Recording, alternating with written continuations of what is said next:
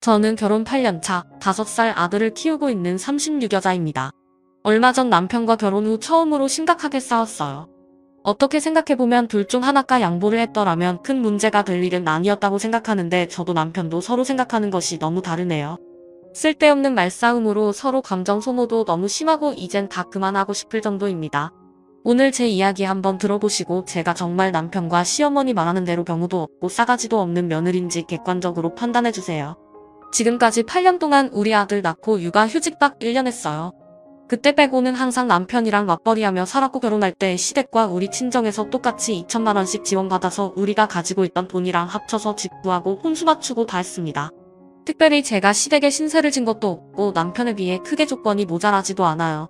사실 조건이라고 할 만한 것도 없이 그냥 평범하게 자라서 평범하게 회사 다니는 사람들이고 시댁이나 저희 친정집에서 나중에 물려받을 만한 재산이 크게 있는 것도 아닙니다.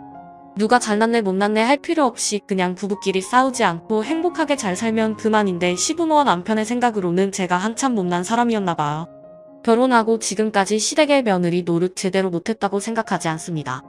시부모 생일이나 기념일도 다 챙겼고 우리 친정 부모님이랑 비교해봤을 때 시댁에 한두 번이라도 더하면 더했지 덜 챙긴 적 없었거든요. 시댁 가려면 차로 1시간 반이나 걸리는데 아이 태어나고 난 뒤로부터 애의 얼굴 보여줘야 한다는 생각으로 적어도 한 달에 한 번씩은 시부모 모시고 식사 자리도 만들었습니다. 특히나 명절에는 항상 시댁에서 하루를 보냈는데 명절 전날에 아침 일찍 도착해서 일이란 일은 다 도맡아 서 있고 명절 당일에도 친척들 다 돌아가는 오후 5시, 6시 넘어서 끝까지 남아 손님 접대와 술상 차리고 치우는 것 전부 하고 나서야 저녁 때쯤 친정으로 출발할 수 있었습니다. 그나마 신혼 때 2년 정도는 명절에 친정 가는 것조차 힘들었어요. 시댁에서 보통 이틀 정도 자면서 친정에는 연휴 마지막 날 잠깐 들러서 밥 한 끼 후딱 먹고 다시 돌아오는 것이 보통이었죠. 남편한테 왜 친정에는 얼굴만 비추고 바로 돌아가야 하냐고 화내고 따지고 나서야 겨우겨우 지금처럼 친정에서 하룻밤 자고 올 수 있게 되었습니다. 결혼하신 여자분들 거의 다 그렇게 살겠지만 저도 시댁 가면 다리 뻗고 쉴 시간 없이 음식 만들고 술상 차리고 정신없이 하루를 보내게 되더라고요. 반면에 남편은 우리 친정집에 가더라도 엄마 아빠가 손 하나 까딱 못하게 합니다. 아빠랑 술상 대정도 해주고 잘 먹고 잘 자다가 집에 가는 게 전부죠. 좀 억울하긴 하지만 이런 것까지 다 화내고 남편과 싸우려고 들면 그냥 결혼 생활 안 하고 혼자 사는 것이 나은 일이니까요. 명절에 시댁에 가면 일하는 것보다 더 불편한 게 밤에 잠자는 겁니다. 남편보다 2살 어린 도련님도 3년 전에 장가 가서 동서와 조카를 데려오는데 24평짜리 시댁에서 새 식구 8명이 잠을 자는 게 쉬운 일은 아니더라고요. 게다가 시댁 인테리어 자체가 시부모 2분이 사시기에 최적화되어 있어서 안방을 제외한 작은 방 2개에 온갖 가전제품들과 짐들이 꽉꽉 차 있어서 이불 하나 펼 공간도 나오지 않습니다. 안방이야 시부모 2분이 주무시니까 제가 신경 쓸 일이 아닌데 첫 번째 작은 방에는 일단 김치 냉장고와 장롱 2개가 들어가 있어요. 안 그래도 작은 방인데 그런 짐들 때문에 이불 하나 펼 공간이 없습니다. 두 번째 작은 방에는 지금은 쓰지도 않는 피아노도 있고 남편이 대학 가기 전 학창시절 때 쓰던 싱글 침대도 하나 있습니다. 키가 작은 애들이라면 모를까 성인은 절대 우리 시댁집 작은 방에서 다리 뻗고 잠을 잘 수가 없어요. 그러면 그나마 공간이 있는 거실에서 저와 남편 우리 아들 셋과 동선에 식구 셋이 이불 펴고 쭉 누워서 잠을 자야 합니다. 그나마 거실 베란다 쪽에서 자면 다행인데 현관과 주방 쪽에서 잠을 자면 엄청 불편하고 자다가 몸이라도 뒤척거리면 현관 센서 등이 켜지는 바람에 다들 잠을 설치기 마련이죠. 그리고 시어머니께서 겨울엔 보일러도 잘 안 틀어주고 1인용 전기장판을 가족당 하나씩만 갈아주는 바람에 애들이나 장판 위에 올려놓지 어른들은 보일러가 들어올까 말까 하는 찬바닥에서 얇은 이불 하나 깔고 그냥 자야 합니다. 100번 양보해서 겨울은 그나마 나은 편이에요. 추석은 보통 9월이나 10월 초에 있는데 그때도 아직 덥습니다. 더군다나 좁은 거실에 6명이나 되는 사람들이 모여서 잠을 자는데 사람에게서 나오는 열기만으로 후끈후끈할 지경이에요. 그런데 진짜 미치고 환장할 노릇은 저희 시댁 거실에 에어컨이 없다는 점입니다. 있어도 시어머니가 마음 놓고 틀어주실지는 모르겠지만 안방에만 저희 결혼할 때 해드린 벽걸이 에어컨 하나만 있어요. 제가 추운 건 그나마 견디겠는데 더운 건 정말 못 참거든요. 시댁에서 눈치 보여서 제대로 샤워도 못하는데 밤새 더워서 땀 흘리고 뒤척이다 보면 화가 머리끝까지 납니다. 어머님은 새벽 6시 전에 일어나서 주방을 달그락거리며 뭔가를 하시고 저랑 동서는 꼼짝없이 그 시간에 일어나서 같이 도와드려야 해요. 3년 전인가 동서가 아이 낳고 첫 추석이었는데 양쪽의 애는 울고 더워서 밤새 잠도 제대로 못 자다가 새벽 4시인가 넘어서 간신히 잠들었는데 해도 뜨기 전인 새벽 5시 반에 안방에서 시부모님이 일어나서 대화하는 소리가 들리더라고요. 애들 아직도 안 일어났나? 지금이 몇 시인데? 젊은 애들이라서 그런지 시댁 어려운 줄을 모르네. 라고 하셨습니다. 그 소리 듣고 또 어떻게 눈을 감고 잠을 자겠어요. 동서랑 같이 또 새벽에 일어나서 일을 해야 하고 진짜 시댁만 갔다 오면 온몸에 진이 다 빠질 노릇입니다. 남편한테 시댁 가는 거 너무 불편하다 힘들다 이야기해봐도 명절이 원래 그런 거라면서 자기는 온 식구들이 거실에서 옹기종기 붙어서 자니까 어릴 때 생각나고 좋다더라고요. 지는 자기 집이니까 좋겠죠. 오죽했으면 명절 전날에 시댁에서 일 다 하고 근처에 숙소 잡아서 거기서 편하게 자고 새벽에 다시 들어오자 했는데 남편이 제 이야기 듣고 바로 인상 쓰더라고요. 우리 엄마 집이 좋고 낡았다고 무시하는 거야. 저희 친정은 38평짜리고 아직 장가 안 간 남동생이 있긴 하지만 부모님이 저희 오면 편하게 잘 수 있게 방 하나를 통째로 비워두셨어요. 원래 엄마가 쓸데없는 인테리어도 안 좋아하고 집안에 물건 많은 것도 싫어해서 38평짜리 집이지만 실제로 훨씬 크게 느껴집니다. 사람들이 잘 안 앉는다고 거실에 소파도 없애버리셨고 외손자 놀러오면 마음대로 굴러다니라고 커다란 매트 깔아놓으셨어요. 이런 세세한 것들부터 양쪽 집에서 해주시는 음식이나 시댁과 우리 친정집 형편 같은 것도 다 이야기하자면 남편이 너무 불편해하니까 그냥 넘어갈게요. 문제는 지난 설날이었어요. 남편한테 이번에는 진짜 사람들 모이는 거 걱정도 되고 무엇보다 아예 걱정 때문에 시댁에서 안 자고 명절 당일치기만 하고 오자고 이야기했어요. 대신에 우리 친정은 아예 생략하자고까지 이야기했습니다. 친정 부모님한테는 정말 죄송했지만 이 정도 양보 안 하면 남편은 아예 제 이야기를 들어줄 생각도 안 하는 사람이거든요. 미리 시어머니한테 명절 용돈이랑 차례비를 보내놓고 명절 당일 새벽에 일찍 출발해서 상 차리는 것도 와드리고 차례만 지낸 후에 집으로 바로 돌아오자고 이야기했더니 남편은 바로 도끼 눈을 뜨면서 저보고 며느리 자격도 없는 여자랍니다. 그동안 제 생각에서 편의를 많이 봐주고 있었는데 배려해줄수록 만족을 모른다네요. 명절에 겨우 하루 자고 오는 건데 그게 그렇게 하기 싫은 거냐고. 차라리 이번 기회에 시어머니와 인연 끊고 따로 살라 합니다. 저는 절대 일을 크게 만들고 싶지 않았고 그럴 의도도 없었어요. 좁은 거실에서 다 같이 누워 자는 것도 싫었고 요즘은 건강도 걱정되니까 조금 조심하자는 건데 그게 그렇게도 무리한 부탁인 줄은 몰랐습니다. 남편과 가볍게 말싸움하고 일단 나중에 다시 이야기하기로 했는데 바로 다음날에 시어머니가 제게 전화하셔서 저를 죽이네 살리네 이래서 며느리들한테 잘해줘봐야 아무 소용없다고 완전 집안에 역적 취급을 하십니다. 저랑 완전히 이야기도 안 끝났는데 그 사이를 못 참고 남편이 시모한테 일러 바쳤나봐요. 괜히 욕먹으니까 저도 기분 나쁘고 그날 집에 돌아와서 남편과 2차전으로 붙었어요. 내가 맞네 말싸움하다가 남편이 결정적으로 하는 말이 자기가 저를 배려하느라 본인 엄마한테 미안한 것이 너무 많다네요. 엄마 혼자 너무 고생하는데 제가 도와줄 생각도 없어 보이고 시댁에 조금만 오래 있으면 얼굴 표정 싹 굳어지니까 본인이 불효자가 된 것만 같답니다. 진짜 그 이야기 듣고 머릿속에서 피가 거꾸로 솟는 기분이 들었어요. 불효자. 남의 집딸로 왜 자기 엄마한테 대신 효도하라는 건가요? 명절에 시댁 가면 저랑 시어머니가 설거지하는 거 한번 도와준 적 없는 남편인데 본인 손으로 직접 효도하면 죽는 병이라도 걸렸답니까? 시어머니한테 욕까지 먹은 마당에 저는 시댁 안 간다고 끝까지 버텼고 남편도 나중에는 앞으로 저보고 알아서 하랍니다. 저는 진짜로 이번에는 안 갈 생각이고 우리 애도 보낼 생각 없어요. 이번 설뿐만 아니라 이번 기회에 앞으로 돌아오는 명절에도 절대 시댁에서 잠 안 잘 겁니다. 결혼하고 지금까지 한 번도 거르지 않고 며느리 노릇 다 하고 살았다 생각했는데 이 사람들은 하나도 고마워할 줄 모르고 성에 안 찼나 봅니다. 자꾸 이 문제로 시끄럽게 하고 남편이나 시모가 또 한 소리 하면 저도 그땐 절대 참지 않고 끝까지 싸울 거예요. 계산 다 끝났고 아쉬울 것 하나 없습니다. 후기입니다. 설이 지난 지금 어느 정도 남편과 결말이 나는 것 같아요.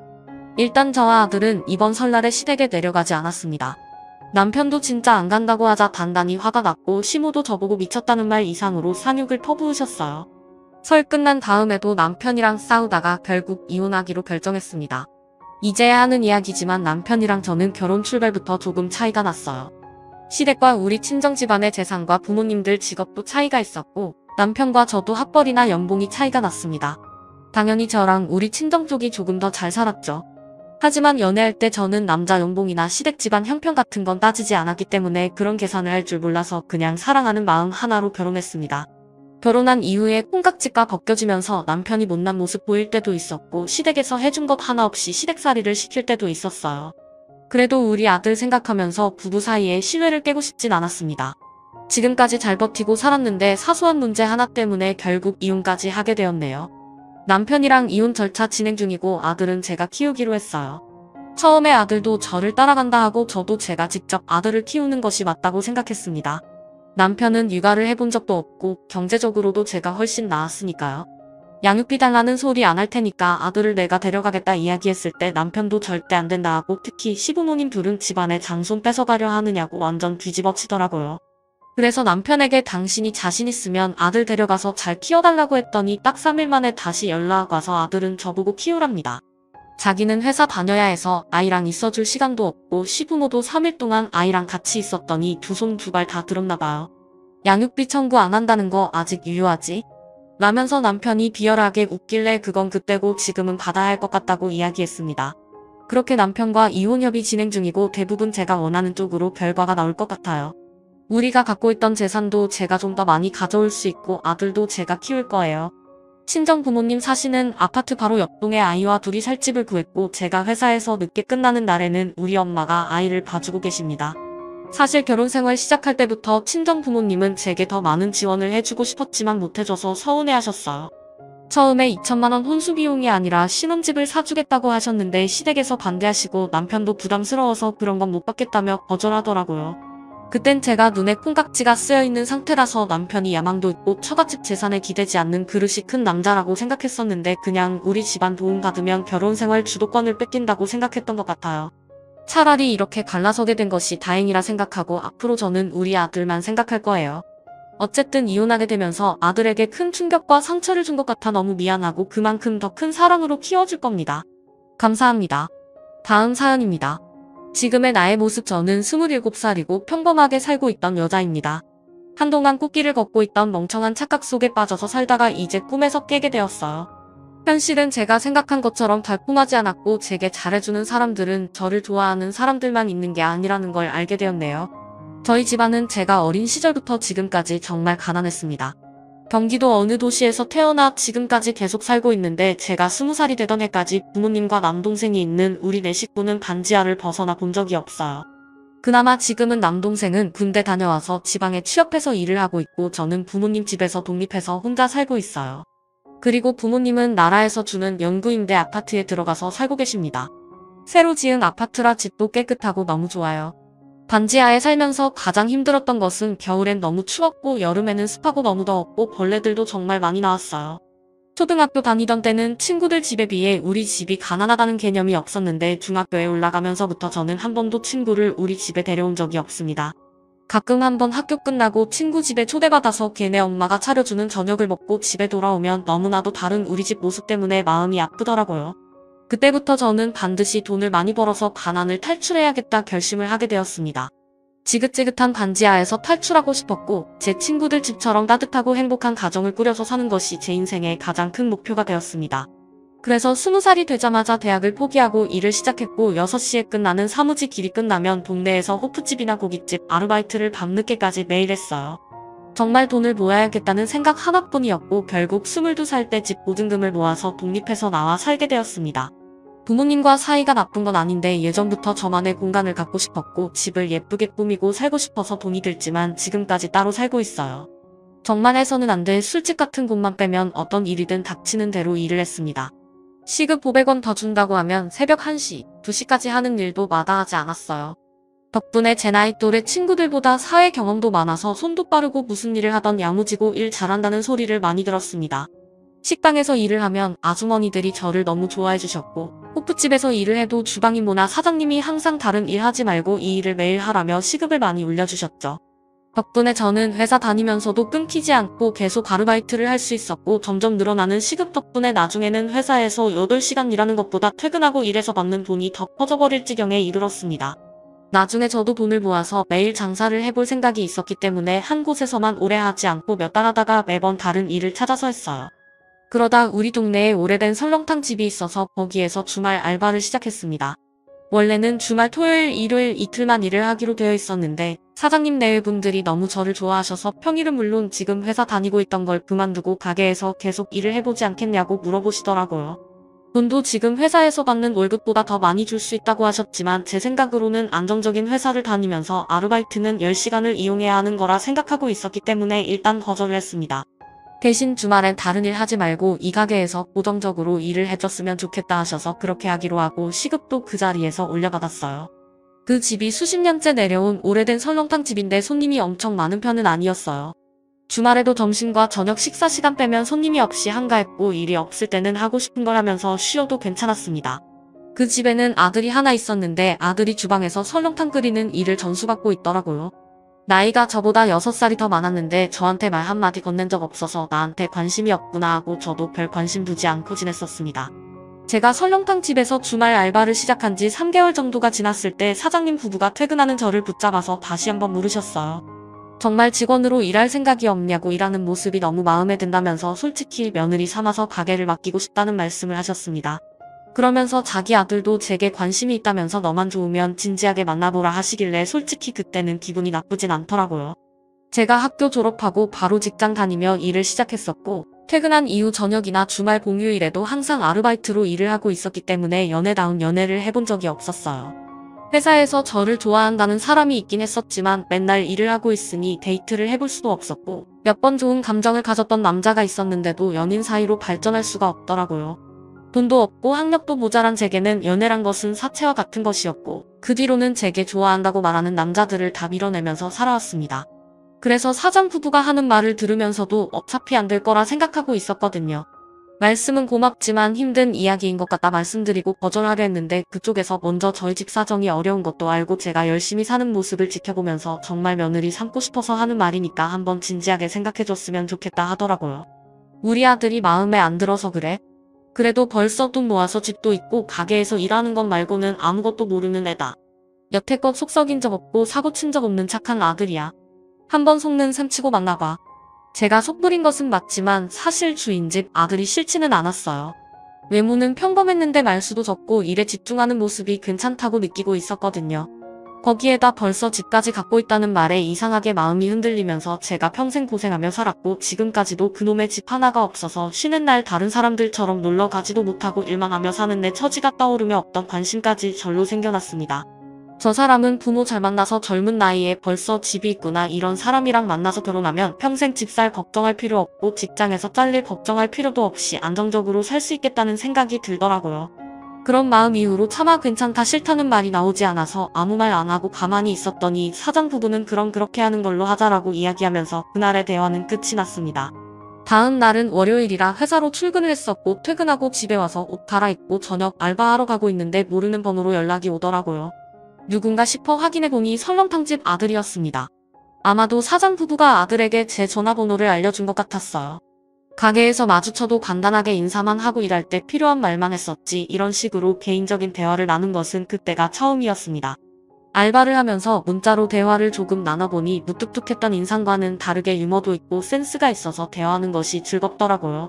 그때 이후로 평일에 자주 연락하며 지냈고 주말에는 설렁탕집에 알바하러 가면서 점점 친해지고 그러다 보니 일 끝나면 데이트도 하면서 사귀는 사이가 되었습니다.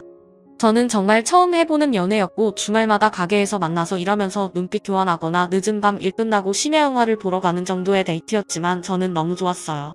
처음으로 가족 이외에 제 편이 생긴 기분이었고 나이도 연상에다 가진 것이 저보다 많아서 그런지 안정된 기분이 들더라고요.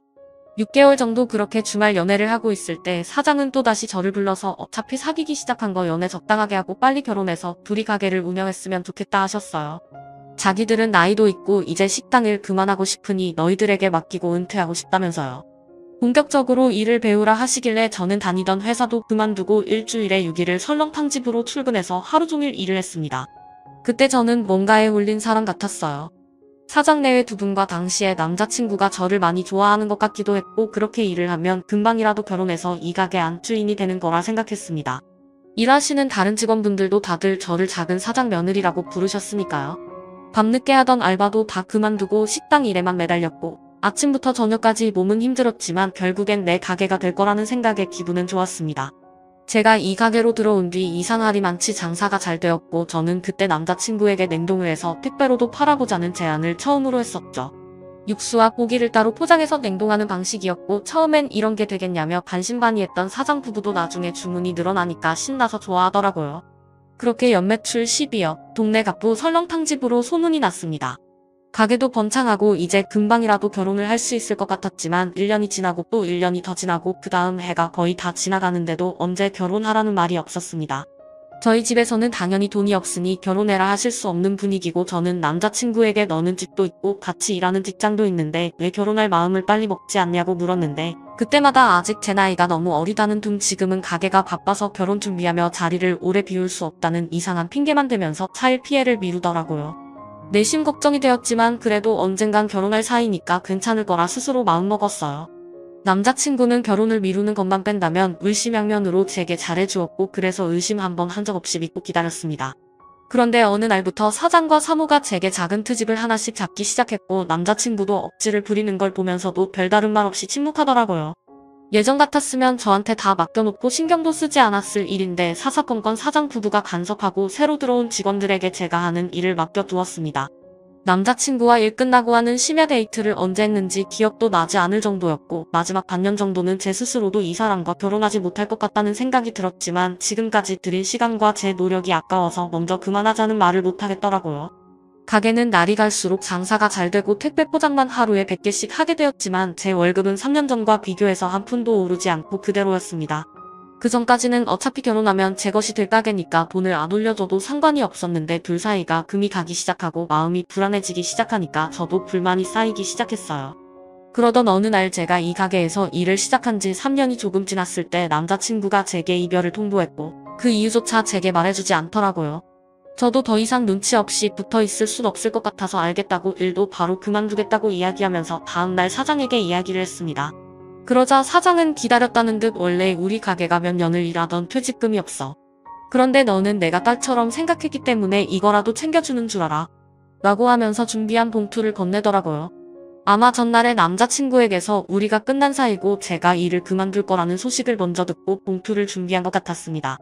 전혀 아쉬워하는 기색도 없었고 별 다른 이야기도 없었기 때문에 저는 순간 엄청난 배신감이 들더라고요. 받은 봉투를 확인해보니 100만 원이 들어있었습니다. 제가 일을 시작한 지 3년이 넘었고 회사 다녔을 시절 계산법으로 제 퇴직금을 생각해봐도 700만 원은 넘는 돈을 받아야 하는데 저는 사장에게 이상한 소리 하지 말고 퇴직금이라도 제대로 달라는 말을 했습니다. 이 집에 들어와 내 일처럼 생각하며 3년을 보냈는데 월급도 안 올려주고 퇴직금도 없이 100만 원 주고 끝이라니 이걸 어떻게 받아들이겠습니까?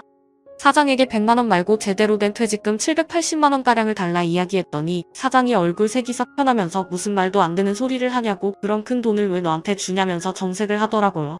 갈 곳 없고 일도 제대로 못하는 걸 데려다가 월급 주고 일도 가르쳐줬더니 이제 와서 자기한테 돈 내놓으라고 방도짓 한다면서 딸처럼 대해줬는데 은혜도 모르는 배은망덕한 것이란 소리를 들어야 했습니다. 처음엔 저를 며느리감이라고 생각했다면서 이제 와서는 딸인가 싶더군요. 여기서 언성 눕혀서 싸워봤자 말이 통하지 않는 사람이라 생각해서 저는 바로 노동청에 신고해서 제대로 된 퇴직금을 받아내기 위한 조치를 취했습니다. 신고하고 돌아와 집에 누워서 생각해보니 이대로 끝내기엔 억울하고 아쉽더라고요. 바로 구청에다 그 집에서 설렁탕용으로 한우를 쓰는 것이 아니라 수입을 사용한다고 신고했고 김치에 들어가는 고춧가루도 국내산이라고 표기되어 있지만 중국산을 쓴다고 신고했어요. 요즘 세상에 구청에 신고를 하면 어떻게 상황이 진행되는지 다 알려주더라고요. 한 달도 지나지 않아 해당 업장의 경고와 과태료 처분이 되었다고 연락이 왔어요. 속이 다 시원했고 며칠 후에 사장이 제게 전화를 해서 너가 신고한 거냐고 욕까지 하면서 방방 뛰었습니다. 저는 당연히 무슨 말인지 영문도 모르겠다고 제 밀린 퇴직금이나 빨리 달라고 했죠. 온라인으로 판매하던 곳에도 가게에 평범한 손님인 척 위장해서 식당의 더러운 모습을 사진으로 찍어서 올리고 원산지 위반했다는 사실도 올려두었어요. 당연히 그 뒤로 주문은 또 끊기다시피 했고 가게 홈페이지에는 악플만이 가득했습니다. 원산지를 속이고 주방이 그렇게 더러운 줄 몰랐다면서 다시는 그 식당에 가지 않겠다는 사람들이 수십 명이었죠. 저는 너무나도 통쾌한 마음이 들었습니다. 사람이 만나고 헤어질 수 있다고 생각하지만 끝내는 마당의 계산이라도 확실히 했어야죠. 제가 그 남자가 아니면 다시는 만날 남자가 없는 것도 아니고 그 식당이 아니면 일을 할 곳이 없는 것도 아니니까요. 지난 시간은 똥 밟았다 치더라도 퇴직금만 제대로 계산해줬더라면 제가 이런 일까지 벌이진 않았을 겁니다. 얼마 후에 노동청에서 경고가 있었던 건지 자세한 원인은 알 수 없지만 처음에 사장이 제게 주었던 100만 원을 제하고 나머지 돈인 700만 원가량을 아무 말 없이 입금해 주었어요. 옛날에 좋았건 말건 어쨌든 지금은 헤어진 인연이라서 저는 미련이고 뭐고 아무것도 남지 않았습니다. 그동안 모아둔 돈과 퇴직금을 바탕으로 작은 가게 하나 차릴 돈은 되는 것 같아요. 남의 집에서 지금까지 몇 년을 일을 했기 때문에 이번엔 꼭 제 가게를 차려서 해보고 싶습니다. 열심히 준비하고 있고 꼭 잘 됐으면 좋겠어요. 저를 버리고 어떤 다른 순진한 여직원을 꼬시고 있을지는 모르겠지만 일하는 사람들이나 단골들에게 소문이 다 나버려서 어떤 멍청한 여자가 그 집에 며느리로 들어갈지는 모르겠네요. 장사도 예전만큼 안 된다는 것 같은데 이참에 콱망해버렸으면 소원이 없겠습니다. 그냥 인생 공부 잘했다 생각하고 넘기려고요. 제 가게 열심히 해서 꼭 성공하고 말 겁니다. 다음 사연입니다. 안녕하세요. 저는 작년 봄에 결혼해서 한참 신혼생활을 즐기고 있는 29살 여자입니다. 얼마 전에 개념 없는 시누이와 시어머니 때문에 남편과 크게 싸우고 이혼까지 갈 뻔했었어요. 다행히 서로 간의 오해를 잘 풀어서 남편과의 사이는 예전처럼 회복됐지만 아직도 시댁 사람들 생각만 하면 이가 갈리고 화가 납니다. 남편은 그 당시에 빠르게 상황을 파악하고 제게 진심으로 사과를 했지만 아직도 시모와 시누는 자기들이 뭘 잘못했는지 모르겠다는 사람들이라서 저도 그냥 포기하고 살려고요. 이제 결혼했으면 다 같이 가족이고 식구인데 뭘 그런 걸 가지고 일을 크게 만드냐고 하는데 진짜 제 이야기 한번 들어보시고 제가 일을 크게 만든 건지 그 인간들이 욕먹을 짓을 한 건지 판단 좀 해주세요. 저희 엄마는 예전부터 반찬 가게를 하고 있습니다. 처음엔 외할머니가 하시던 가게인데 엄마가 도와서 같이 하셨어요. 지금은 외할머니 연세도 많으시고 일하시는 것이 힘드셔서 은퇴하시고 작은 이모 불러다 둘이 같이 하고 있습니다. 아빠는 평범한 회사원으로 일을 하고 있지만 엄마가 반찬 가게 하시면서 돈을 많이 벌었어요. 외할머니 하실 때까지만 해도 남의 상가에서 쇠들어서 하시다가 지금은 거길 구입해서 월세도 없이 장사하십니다. 오빠 결혼할 때 아파트도 하나 해주셨고 저는 진작에 오피스텔 하나 제 앞으로 해주셔서 매달 월세도 받고 있어요. 어리고 철없을 때는 제 친구 엄마들은 집에서 살림하시거나 멋진 옷 입고 회사 나가는 게 마냥 부러웠는데 지금은 우리 엄마가 얼마나 고생하시면서 치열하게 사셨는지 알고 있으니까 세상에서 엄마를 가장 존경하고 사랑합니다. 저희 시아버지는 중학교에서 교감 선생님으로 일을 하고 계셨고 결혼 전 상견례를 할 때부터 교육자 집안이라는 자부심이 대단했어요. 아버님도 아버님이지만 평생 돈 안 벌고 집에서 살림만 하신 시어머니가 오히려 더 난리더라고요. 자기 가족들은 교육자 집안이라는 타이틀 때문에 사람들 눈치를 너무 많이 보고 살았다면서 학부형이라도 알아볼까봐 새치기 한 번 못하고 어디 가서 물건값 하나 깎아달라 소리도 못하고 살았다는데 교육자고 뭐고 간에 원래 새치기는 하면 안 되는 거고 요즘 세상에 가격 다 붙어있는데 물건값을 깎아달라 하는 건 진상이 아닌가 싶었어요. 우리도 그냥 사돈댁처럼 남들 시선 안 보고 장사나 했어야 하는데 라고 하는데 누가 보면 대통령 영부인이라도 된 줄 알겠더라고요. 아무튼 시어머니는 사회생활을 한 번도 안 해봐서 그런지 평소에도 풍습기가 있고 말할 때 생각 없이 말하는 것 같았습니다. 시댁 한 번 갔다 오면 대놓고 시집살이 시키면서 괴롭힌 적은 없지만 다른 집 며느리는 어떻다더라. 우리 아들은 처갓집이 잘 사는데도 결혼할 때 못 받은 게 없다. 같은 헛소리나 해대며 제 신경을 벅벅 긁어대더라고요.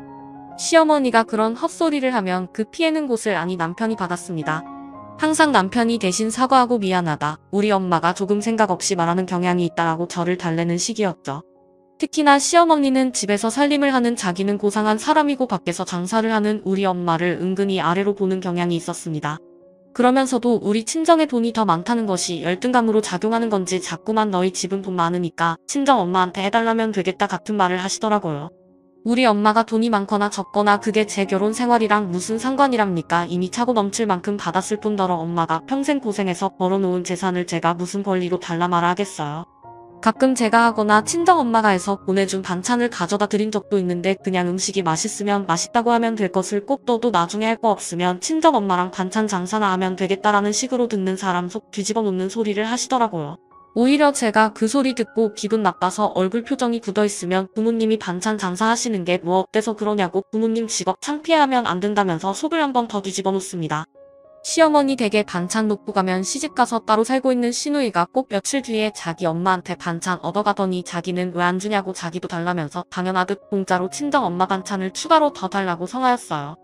서로 좋은 게 좋은 거라고 엄마 가게에서 팔다가 남은 반찬은 종종 시댁 식구들과 나눠 먹으라며 주시는데 몇 번 가져다 주니까 시모도 고마워 안 하고 시누이도 고맙다는 말 없이 공짜로 더 달라 한다거나 다음엔 고기 반찬으로 달라고 한다든지 돈도 안 주면서 뻔뻔한 모습을 보이니까 주면서도 빈정 상하고 기분 나빠서 처음에 몇 번 가져다 주다가 건넜어요. 엄마한테도 남는 반찬 우리 시댁 가져다 줄 생각하지 말고 그냥 떠리로 팔던지 일하는 이모랑 나눠서 먹으라고 시댁에는 하나도 주지 않았습니다. 아무리 팔다 남는 반찬이라지만 못 먹을 물건도 아니었고 돈을 원하는 것도 아니라 그냥 고맙다 잘 먹었다 소리 한번 하면 될 텐데 그런 말 한 번 한 적도 없이 더 큰 것만 바라는 시댁 사람들의 도둑놈 심보에 완전 질려버렸어요. 제가 한동안 반찬 가져다 드리는 걸 그만두었더니 시모와 시누이가 제게 먼저 연락해서 요즘은 사돈댁 가게가 장사가 잘 되나 보네라고 하면서 은근히 반찬 남는 것 좀 없냐고 가져오라는 식으로 말씀을 하시더라고요. 그때도 딱 잘나서 요즘은 남는 게 하나도 없나 봐요라고 이야기하고 그냥 끊어버렸죠. 하나를 얻어가면 열을 달라는 사람들인데다 공짜로 먹는 주제에 싱겁다 짜다 말들이 하도 많아서 앞으로 친정엄마 반찬은 나 혼자 가져다 먹어야겠다 결심을 했습니다. 그렇게 저는 친정엄마와 시댁 식구들을 완벽하게 갈라놨다 생각하고 있었는데 제가 한 가지 방심하고 있었던 건 그 사람들이 언제든지 우리 엄마 가게로 찾아갈 수 있다는 점을 깜빡하고 있었어요. 시댁에 반찬을 가져다 주지 않은 지 2달 정도 지났을 때 제가 퇴근하다 반찬 좀 사가려고 엄마 가게에 들렀습니다. 저는 결혼한 이후로 엄마 가게에서 반찬을 사다 먹었지 절대 그냥 가져온 적이 없어요. 엄마가 먼저 너무 많이 남았다고 챙겨주거나 가져가서 남편이랑 먹으라고 주는 건 있어도 파는 물건을 제 마음대로 가져온 적은 단 한 번도 없습니다. 옛날부터 얼마나 힘들게 만들어서 파는지 알기 때문에 공짜로 먹고 싶은 생각한다는 것 자체가 미안한 일이거든요.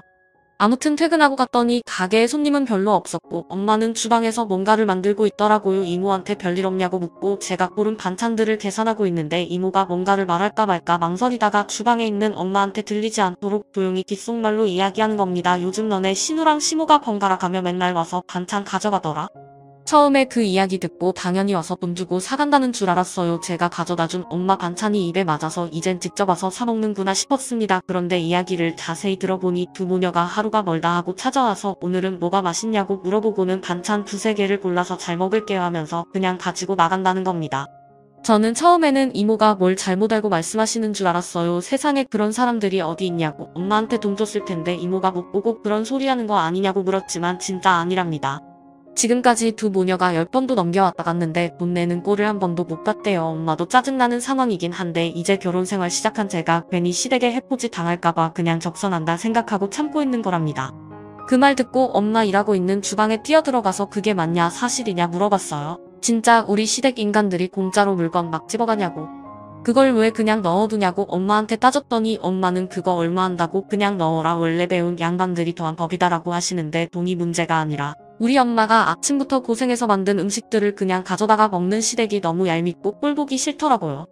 이모한테 물어봐서 가장 최근에 시모랑 신우가 언제 가게 왔다 갔냐고 물어본 다음에 가게에 있는 CCTV를 뒤져서 두 사람이 가게 들어와서 물건 들고 그냥 나가는 모습을 제 핸드폰 동영상으로 다 찍었습니다.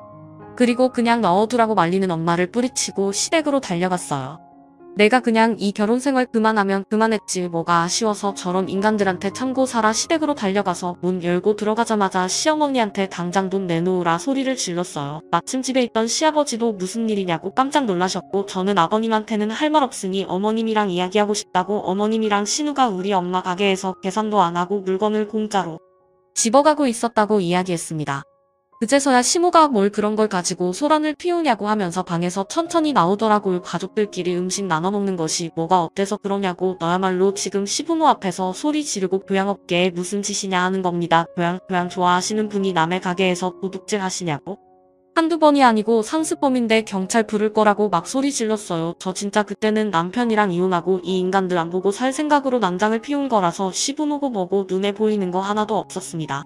제가 하도 난리치고 있으니 시아버지가 안방에서 지갑을 꺼내오시더니 그거 얼만데? 내가 줄 테니까 이제 너도 그만해라. 저는 돈 받자고 이러는 게 아니라 도둑놈들 잡으려고 하는 거라고 당장 시모랑 신우가 우리 엄마 앞에서 사과를 하고 전액 배상을 하던지 아니면 경찰 부를 거라고 악을 쓰고 있었습니다. 한참을 그러고 있었더니 시모 전화를 받았는지 신우까지 집에 오더라고요. 신우가 제 얼굴 보고 가장 처음 하는 말이 자기는 얼마 안 가져갔답니다. 진짜 이게 그 자랑하는 교육자 집안이란 사람들 입에서 나올 말인가 싶더라고요.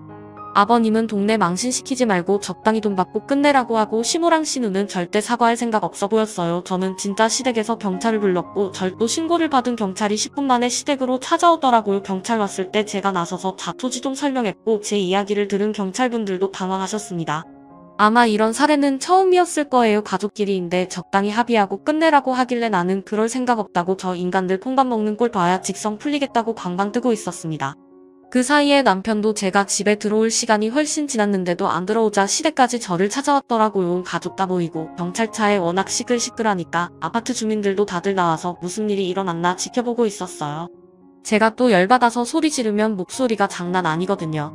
한밤중에 아파트 단지에 이 사람들 도둑들이라고 어떻게 사돈이라는 사람들이 상습적으로 물건을 훔쳐갈 수 있냐고 소리를 지르니까 방금 전까지만 해도 잘못한 거 없다고 고개 빳빳이 들고 있던 시모가 할 말 없이 찌그러져 있었습니다. 결국 경찰의 중재로 친정엄마와 시아버지가 전화통화를 했고 나중에 시아버지가 찾아가서 전부 변상하는 조건으로 마무리가 되었어요. 시모랑 신우는 당연히 우리 엄마 가게에 앞으로 얼씬도도 하지 않겠다고 경찰 앞에서 약속까지 받아냈습니다.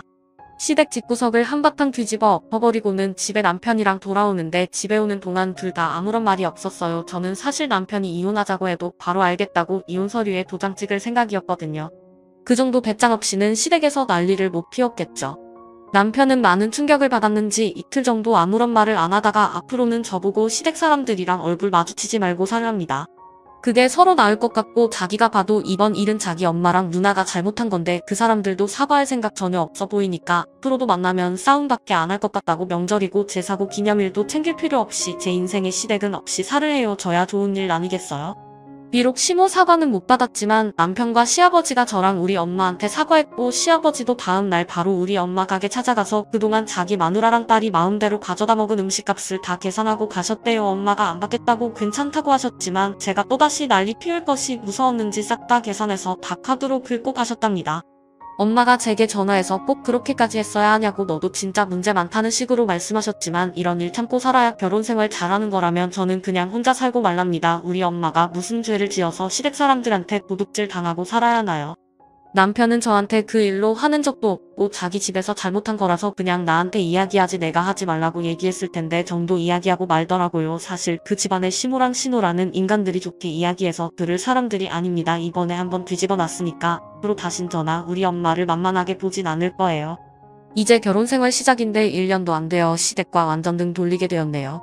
하지만 하나도 아쉽지 않고 오히려 속이 시원합니다. 결혼 생활이라는 것이 남편이랑만 별일 없이 잘 지내면 되는 거 아니겠어요? 배울 만큼 배운 고상한 교육자 집안이라는 사람들이 왜 그렇게 사리 분별을 못하는 건지 진짜 우스꼴꼴 사납더라고요. 지금까지 제 사연을 들어주셔서 감사합니다.